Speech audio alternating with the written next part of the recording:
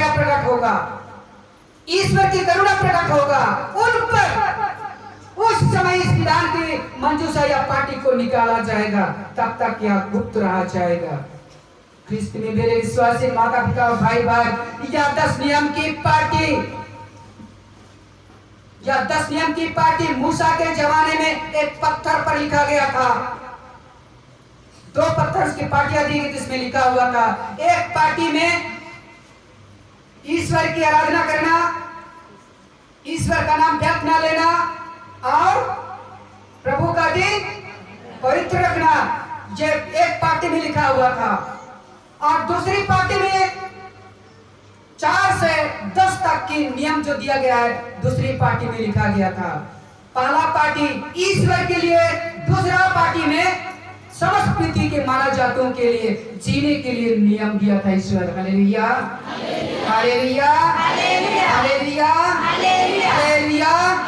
और ईश्वर इस विधान की रहस्य को बनाए रखने के लिए विधिवत समय समय अनुसार नबियों के द्वारा बताया जाता था, सिखाया जाता था। छोटे से लेकर बड़े बच्चों तक को इस धर्म शिक्षा को दिया जाता था। इसलिए सुरक्षित उन्होंने पहाड़ की गुफा में रखा। और इस मंजूषा को और अधिक समझने के लिए आगे देखेंगे प्रकाशना ग्रंथ अध्याय 11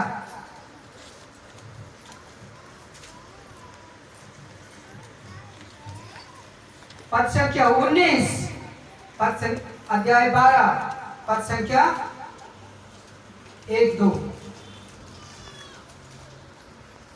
प्रकाशना ग्रंथ पेज नंबर 392।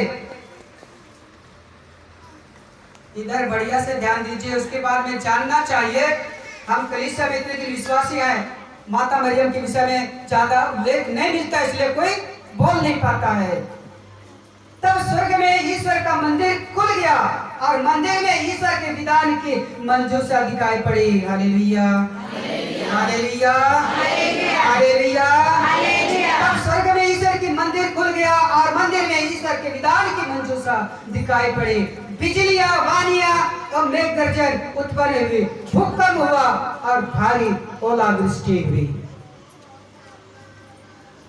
जिस दिन यह घटना हुई, किस दिन की घटना को याद दिलाता है? ये माता मरियम का प्रकटीकरण को बताया जाता है। माता मरियम का दिन को बताया जाता है कि ये विधान की मंजूषा कौन है। नीचे लिखा, आकाश में एक महान चिन्ह दिखाई दिया, सूर्य का वस्त्र ओढ़े एक महिला दिखाई पड़ी, उसके पैरों तले चंद्रमा था और उसके सिर पर 12 नक्षत्रों का मुकुट। वह गर्भवती थी और प्रसव वेदना से पीड़ित होकर चिल्ला रही थी। Hallelujah, hallelujah, hallelujah. ख्रिस्त में मेरे विश्वासी माता पिता भाई बहन प्रिय बच्चों, ये विधान की मंजूषा, ये विधान की मंजूषा पुराने जमाने में 10 नियम की पार्टी में था। यह 10 नियम का पार्टी, 10 नियम का आज्ञा, 1 से लेकर 10 तक का आज्ञा ईश्वर ने इस धरती पर इंसान को कैसे जीवन बिताना है वही दिया है। और इस नियम एक लेख में लिखा हुआ गया था, लेकिन इस लेख को, इस लिखित बात को ईश्वर ने बदल करके एक नया विधान, नया मंजूषा का निर्माण करता है। वह नया मंजूषा, नया विधान रखने का पात्र उस समय उसमें था, पार्टी में था, संदूक बनाया गया था। लेकिन उस पार्टी को लोग ढो करके, कंधों पर ढो करके जगह जगह ले जाते थे आराधना करने के लिए। और उस विधान का पार्टी इतना बोझ था, पत्थर में था इसलिए, और उसको हल्का करके ईश्वर ने ऐसा एक विधान और मंजूषा बनाए जहां पर उसने 10 नियम का आज्ञा को रखा है।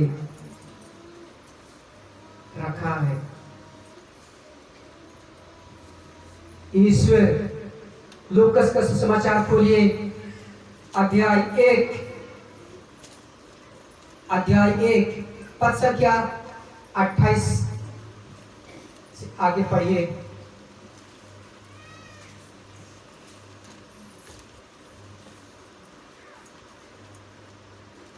पेज नंबर 88, नया विस्तार, पेज नंबर 88।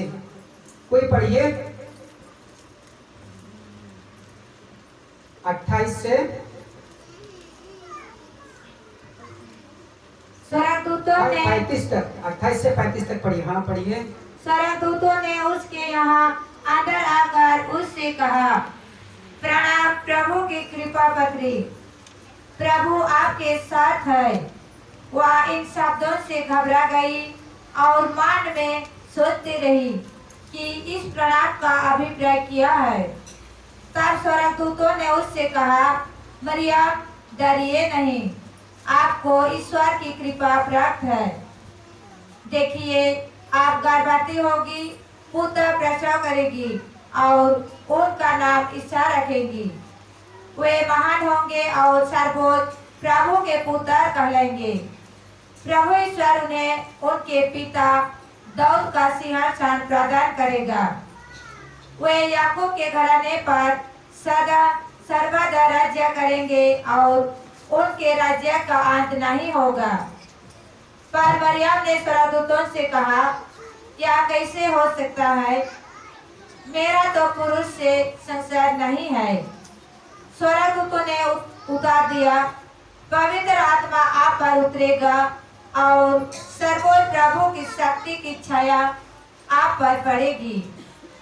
इसलिए जो आपसे उत्पन्न होंगे वे पवित्र होंगे और ईश्वर के पुत्र कहलाएंगे। देखिए, बस। लूकास के सुसमाचार में यही बताया जाता है कि वह विधान की मंजूषा कौन है? विधान की मंजूषा जिसमें 10 नियम की पार्टी रखा गया, कौन है? अभी सुसमाचार में जो लिखा गया सुना, कौन है?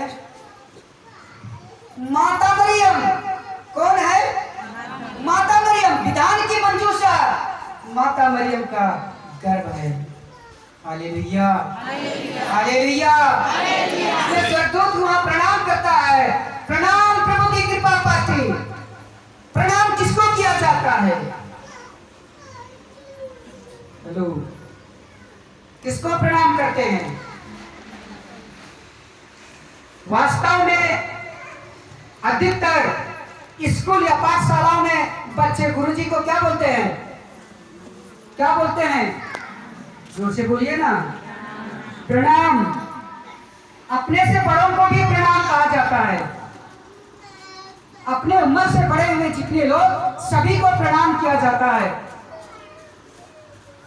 मैं कभी भी किसी व्यक्ति के साथ, चाहे मोबाइल फोन में हो या ऐसी हो, मैं सीधा प्रणाम करके संबोधित करता हूँ। Hallelujah, hallelujah, hallelujah. क्योंकि ये सम्मान और आदर का शब्द है, प्रणाम। और स्वर्ग का, इस पृथ्वी का इंसान नहीं, स्वर्ग से स्वर्गदूत आकर के एक गरीब महिला को, एक गरीब लड़की को प्रणाम करता है, अभिवादन करता है। आपके बीच में कोई स्वर्ग से उतर के खड़ा होगा, प्रणाम बोलेंगे तो डर लगेगा कि नहीं? लगेगा कि नहीं? लगेगा। मरियम घबरा गई जरूर। प्रणाम तो पूछती, इस प्रणाम का क्या अभिप्राय है? प्रणाम क्या? प्रणाम उसके बाद में प्रभु की कृपा पाते, ईश्वर का दया से भरा हुआ, ईश्वर का प्यार से भरा हुआ एक ऐसा औजार बोलना चाहिए। पानी भरने के लिए डिचकी लाते हैं, घड़ा लाते हैं, और भी कुछ बर्तन में रखते हैं, पानी नहीं रखते हैं, उसको पात्र कहा जाता है। हिंदी भाषा में घड़ा बोलो, डिचकी बोलो, और भी कुछ भी बोलो, पानी रखने का। वैसा ही ईश्वर का संविधान, विधान, आज्ञा को रखने के लिए मां मरियम का जीवन को और उसका शरीर को 10 नियम का पार्टी को रखने के लिए ईश्वर ने जगह बनाया। Hallelujah, hallelujah, hallelujah, hallelujah, hallelujah. Hallelujah. पत्थर से लिखा हुआ नहीं, पत्थर के पार्टियों पर लिखा हुआ नहीं, स्याही से लिखा हुआ नहीं। ईश्वर तो पत्थर पर लिख दिया था, उसमें वाक्य बन गए थे, लेकिन माता मरियम के जो जीवन में लिखा जा रहा है उसी को तो समझना है। ये 10 आज्ञा का नियम को माता मरियम बोलता है नीचे, प्रभु की कृपा पात्री मतलब उसका लायक है कौन रहने के लिए? 10 नियम का आज्ञा, 10 नियम का आज्ञा कहाँ रहने के लिए? मां मरियम की खोख में ईश्वर ने तैयार किया। और वह इस तरह होता है कि नीचे में देखेंगे प्रभु आपके साथ है। वह इन शब्दों से घबरा गई और मन में सोचती रही इस प्रणाम का क्या अभिप्राय है। तब स्वर्गदूत ने उसे कहा, प्रणाम मरियम, डरिए नहीं, आपको ईश्वर की कृपा प्राप्त है। मतलब आप योग्य हो, आप योग्य हो, आप ईश्वर की दृष्टि में शुद्ध हो, ईश्वर की दृष्टि में पवित्र हो। इसलिए ईश्वर इस विधान की पार्टी आपको बनाना चाहता है, मंजूसा आपको बनाना चाहता है, आपको वैसा ही योग्य बनाया गया है, इसलिए वैसा ही पाया, इसलिए आपको उसका पवित्र मंदिर बनाने का निश्चय किया है। आगे कहता है, तब स्वर्गदूत ने उससे कहा, मरियम डरिए नहीं, आपको ईश्वर की कृपा प्राप्त है। देखिए आप गर्भवती होंगे, पुत्र प्रसव करेंगे और उसका नाम ईसा रखेंगे। वे महान होंगे और सर्वोच्च प्रभु के पुत्र कहलाएंगे। प्रभु ईश्वर उन्हें उनके पिता दाऊद का सिंहासन प्रदान करेगा।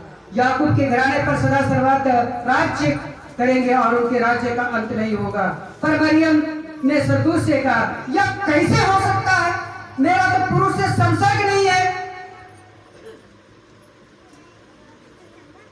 हेलो, इधर देखिए, बिना शादी का संतान होता है? बिना शादी का संतान होता है? होता है तो वो क्या है? बिना शादी वाले उसको क्या बोलते हैं? मनमाना जीवन। माता मरियम क्या बोलती है? मेरा तो पुरुष से कोई लेन देन नहीं है, मैं पुरुष का जीवन जानती नहीं हूं, यह कैसे होगा? बच्चा होगा। बहुत विचित्र की बात है, कैसे होगा? इस 10 नियम का पार्टी रखने के लिए ईश्वर बता रहा है, जगह बता रहा है। और आगे लिखा हुआ है 35 में, स्वर्गदूत ने उत्तर दिया, पवित्र आत्मा आप पर उतरेगा और सर्वोच्च प्रभु की शक्ति की छाया आप पर पड़ेगी, इसलिए जो आपसे उत्पन्न होंगे वे पवित्र होंगे और ईश्वर के पुत्र कहलाएंगे। क्या उतरेगा? क्या उतरेगा? पवित्र आत्मा। ईश्वर आत्मा है। 10 नियम का पार्टी में लोगों को समझने के लिए दिया गया था। वह ईश्वर आत्मा के रूप में एक इंसान का जीवन में, एक लड़की के जीवन में प्रवेश करता है। और ये 10 नियम का पार्टी मां मरियम का खोख। और ये कैसे होगा? पवित्र आत्मा उतरेगा। और पवित्र आत्मा कैसे जगह में उतरेगा? ऊपर में बताया, प्रणाम प्रभु की कृपा पाते, आप लायक हो।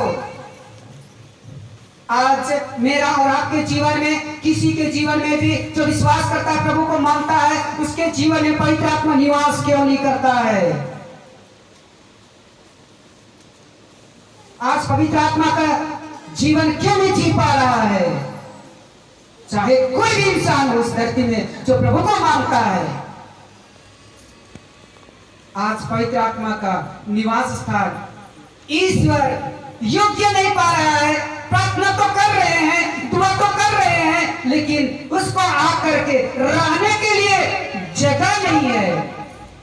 Hallelujah, hallelujah, hallelujah, hallelujah, hallelujah, hallelujah, hallelujah, hallelujah. Hallelujah. इसलिए ईश्वर इस मंजूषा को, इस 10 आज्ञा को यीशु के रूप में आने के लिए, ईश्वर को इंसान के रूप में परिवर्तन करने के लिए, जिसका जीवन निर्दोष, जिसकी आचरण पवित्र, जिसका मन निर्मल है, वहीं पर ईश्वर की आत्मा का निवास होता है। और उसी जगह को माता मरियम को चुना। और माता मरियम का और एक विशेष बात है, महिला लोग, लड़की लोग बहुत ध्यान से कान खोल के सुनिए। बिना पीरियड का संतान होता है क्या? होता है क्या? नहीं होता है। ध्यान दीजिए, माता मरियम का जीवन में यही बात लागू है। धर्मशास्त्र में लिखा हुआ तो नहीं है, लेकिन वह शुद्ध थी, पवित्र थी, निर्मल थी। क्यों? क्योंकि जब एक इंसान के जीवन में, एक नारी के जीवन में जब से पीरियड चालू होता है, उसी दिन से उस व्यक्ति को बोलो, उस इंसान को बोलो, उस महिला को बोलो, उस लड़की को बोलो, उसके जीवन में अजीब सा गजब ढंग का शरीर में एक क्रिया उत्पन्न होता है। होता है कि नहीं? होता है कि नहीं? होता है। वहाँ रहस्यमय बात माता मरियम के जीवन में आया ही नहीं है। इसलिए बिना पुरुष का संतान है कौन? यीशु। कौन? यीशु। इसलिए इसको सर्टिफाइड करने के लिए, प्रमाणित करने के लिए कई लोग प्रयोग किए थे, और आखिर में डॉक्टर लोग इसे लैब में प्रस्तुत किया। कब प्रस्तुत किया इसको? डीएनए टेस्ट इतना जल्दी नहीं हुआ, क्योंकि शुरू में तो यीशु को जानते नहीं थे। और ये लगभग 16वीं शताब्दी आसपास में जब यीशु का क्रूस को खोजने लगे और पहचान करने के लिए, जहां पर कलवारी पहाड़ में गाड़ा गया था, वह 3 क्रूस था, और तीनों क्रूस गिर गया था, जमीन पर दब गया था, कोई पहचान नहीं था। इसलिए उसको जांच करने के लिए एक बीमार व्यक्ति को लाया गया। क्या व्यक्ति को? बीमार व्यक्ति को, एक अंधा व्यक्ति को, एक लंगड़ा व्यक्ति को, और एक कोढ़ से बीमार व्यक्ति को, यीशु का क्रूस को जांच करने के लिए। और उस जगह में इस तरह का ट्राई किया गया यीशु का पहचान कराने के लिए, और तीनों जगह में तीनों बीमार व्यक्ति को खड़ा कर दिया गया। अंधा व्यक्ति को खड़ा किया गया, बीच में था वहाँ। अंधा व्यक्ति देखने लगा। हालेलुया।